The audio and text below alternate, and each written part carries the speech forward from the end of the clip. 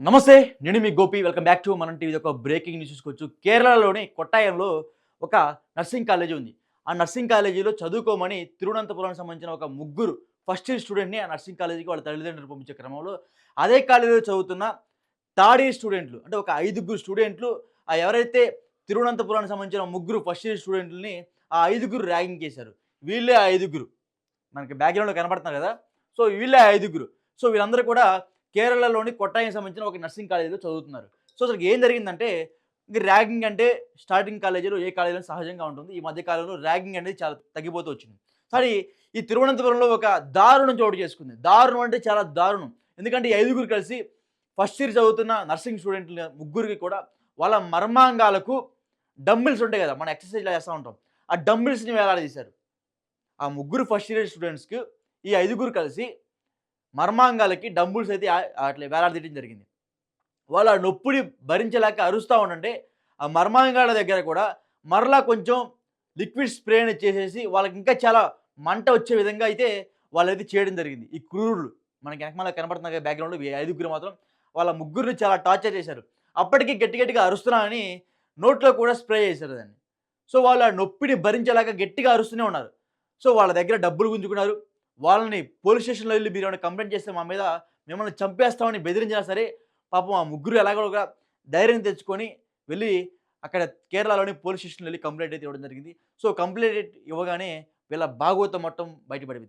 So, కేరళలోని కొట్టాయంలో ఒక nursing కాలేజ్‌లో చదువుతున్న ఈ ఐదుగురు చేసిన ఈ ఘాతుకం ఇది. చేసిన ఈ ఘాతుకం ఇది. ఎందుకంటే చదువుకోమని పంపించిన ఒక కాలేజీలో వాళ్ళ కొడుకులు ఈ విధంగా చేస్తున్నారంటే ఆ తల్లిదండ్రులకి చాలా సిగ్గుచేటు. రీసెంట్ టైమ్స్‌లో మనం చూసుకోవచ్చు. మన ఏపీ, తెలంగాణలో కూడా విపరీతమైన ర్యాగింగు మనం చూస్తూనే వచ్చాం. గతంలో మనం చూసుకోవచ్చు. ఇక్కడ హైదరాబాద్‌లోని ఒక ప్రముఖ కళాశాలలో నర్సింగ్ చదువుతున్న ఒక విద్యార్థిని వేరే వాళ్ళు అంటే వాళ్ళ సీనియర్స్ ర్యాగింగ్ చేస్తున్నారని చాలా మనస్తాపాతానికి గురయ్యి ఆమె అయితే ఉరేసుకొని చనిపోవడం జరిగింది. పెద్ద పెద్ద కాలేజీలు కూడా ఇప్పటికి కూడా ర్యాగింగ్ జరుగుతూనే ఉన్నాయి. ఏపీలోని ఒక ప్రముఖ యూనివర్సిటీ గుంటూరు డిస్ట్రిక్ట్‌లో ఉంది ఇది. ఆ డిస్ట్రిక్ట్‌లో కూడా గతంలో కూడా ఎన్నో వందల ర్యాగింగ్‌లు జరిగాయి. సీనియర్స్‌ని, జూనియర్స్‌ని ఏడిపించడం సహజమే. ఏ కాలేజీలోని సహజమే. కానీ ఇలా వికృత చేష్టలు చేసి వాళ్ళ ప్రాణాలకు ముప్పొచ్చే విధంగా చేస్తున్నారు ర్యాగింగ్. సో, వీళ్ళ ఐదుగురు అయితే చూసారు కదా! ఒక్కొక్కడు జేబులు కొట్టేవాళ్ళలాగా ఉన్నాడు. అందులో ఐదుగురు కూడా. సో, వాళ్ళ ఐదుగురు కలిసి వాళ్ళ జూనియర్స్‌ని విపరీతంగా వేధించి మర్మాంగాలకు డంబుల్స్ వేలాడదీసి ఆ మర్మాంగాలకే కారం, కొంచెం స్పిరిట్ యాడ్ చేసి మర్మాంగాలకు పూసి వాళ్ళనైతే ఎంతో తీవ్రమైన బాధకైతే గురి చేశారు. ఈ ఐదుగురు కలిసి. ఆ కాలేజీలో, ఆ కళాశాలలో ఇంత జరుగుతున్నా సరే, కనీసం వాళ్ళ ఏదైతే విద్యార్థులు కాకుండా ఎవరైతే టీచర్స్ ఉంటారు కదా! టీచర్సు, ప్రిన్సిపల్సు, లెక్చరర్స్ ఎవరు కూడా స్పందించలేదు. ఇప్పటివరకు కూడా. ఇప్పటివరకు కూడా ఆ కాలేజీ యాజమాన్యం స్పందించని కూడా ఒక్క మాట కూడా స్పందించలేదు. పోలీసులకి వెళ్లి కంప్లెయింట్ చేయగానే కళాశాలకొచ్చి పోలీసులు విచారణ చేపడుతుంటే, ఇది మా కాలేజీలో జరగలేదండి. బయట జరిగింది. అని కాలేజీ వాళ్ళు కూడా పోలీసులకి ఎదురు తిరుగుతున్నారు. అంటే కాలేజీ యాజమాన్యం కూడా ఏ విధంగా ఈ ర్యాగింగ్‌లో ప్రోత్సహిస్తుంది చూడండి. ఈ ర్యాగింగ్‌ని ప్రోత్సహిస్తుంది ఆ కాలేజీ కూడా. సో, కాలేజీ వాళ్ళు కూడా మాకేం సంబంధం లేదు. వాళ్ళు చేశారు కాబట్టి వాళ్ళని తీసుకెళ్ళండి. కాలేజీ మొత్తం మీద మీరెందుకు ఇట్లా చెడుగా మీరు దృష్టికరణ సారిస్తున్నారంటే పోలీసులన్నారు, "మీ కాలేజీలో వీళ్ళు చదువుతుంది. మీ కాలేజీలో ర్యాగింగ్ జరిగింది. వీళ్ళు మీ కాలేజీలోని థర్డ్ డిగ్రీ స్టూడెంట్స్.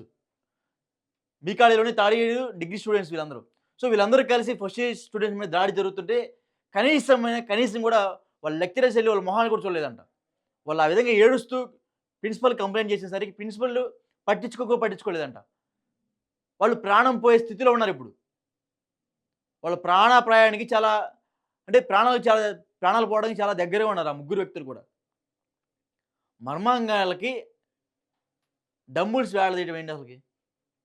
ఎంత వికృతి చేష్టలు కాకపోతే. ఆ టైంలో వాళ్ళ ప్రాణం ఎంత కొట్టుమిట్టాడుతూ ఉంటుంది.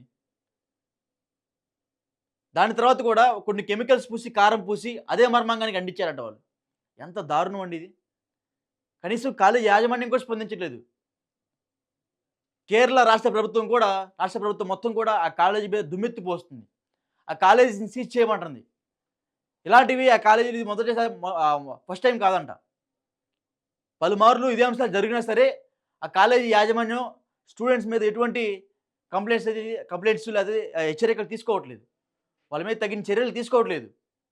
సో, తీసుకోకపోవడం వల్ల ఈ విధమైన వికృతి చేష్టలకు పాల్పడుతున్నారు. వాళ్ళ తల్లిదండ్రులైతే విపరీతంగా ఏడుస్తున్నారు. వాళ్ళ తల్లిదండ్రులైతే విపరీతంగా ఏడుస్తున్నారు. వీళ్ళని చంపేయమని నడి రోడ్డు మీద చంపేయమని వాళ్ళ తల్లిదండ్రులు కాలేజీ యాజమాన్యాన్ని ప్రశ్నిస్తున్నారు. ఈ విధంగా వికృతి చేష్టలు మీ కాలేజీలో పాల్పడుతున్నా గానీ, మీరింకా కాలేజీ యాజమాన్యం మొత్తం కూడా వీళ్ళకే సపోర్ట్ చేస్తున్నట్టుగా అయితే వాళ్ళ తల్లిదండ్రులు భావిస్తున్నారు.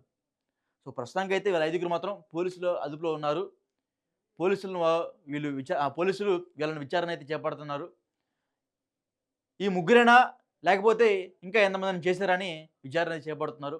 యాక్చువల్‌గా అయితే ప్రతి కాలేజీలో ఉండనే ఉంటుందండి సహజం. జస్ట్ సీనియర్స్, జూనియర్స్‌ని చిన్న చిన్నగా ఆట పట్టిస్తా ఉంటారు. కానీ ఈ విధమైన వికృతి చేష్టలైతే కాదు. ఇదే విధమైన వికృతి చేష్టలు గతంలో గుంటూరులోనే ఒక పెద్ద యూనివర్సిటీలో జరిగింది. ఇప్పటికి కూడా కొన్ని కేసులు రన్ అవుతూనే ఉన్నాయి. లోకల్ కోర్ట్స్‌లో గూడా. రీసెంట్ టైమ్‌లో ఒక కేసు సంబంధించిన ఆధారాలు బయటకొచ్చాయి. ఆ కేసులో ఏమనుందంటే వాళ్ళ కూతురు చనిపోయింది ర్యాగింగ్ వల్ల కాదు, మనస్తాపానికి గురై ఆత్మహత్య చేసుకుందని ప్రముఖ కోర్టయితే బయటికైతే ఆ కేసుకు సంబంధించిన న్యాయాన్నయితే వెల్లడించడం జరిగింది. సో, బట్ జరిగింది అందరికి తెలుసు. ఆ కాలేజీలో అందరికి తెలుసు. జరిగింది ర్యాగింగు, ఈవ్ టీజింగ్ జరిగింది. సో, దాన్ని అమ్మాయి మనస్తాపానికి చెంది ఉరేసుకుంది అని అందరికి తెలుసు. కానీ కోర్టుని తప్పుదోవ పట్టించేందుకు కొంతమంది అందరూ కలిసి దాన్ని వేరే రకంగా తప్పుదోవ పట్టించారు. సో, ఎట్టకేలకైతే ఆ కేసుకి సంబంధించిన ఏదైతే న్యాయం అయితే బయటికి వెలువడింది.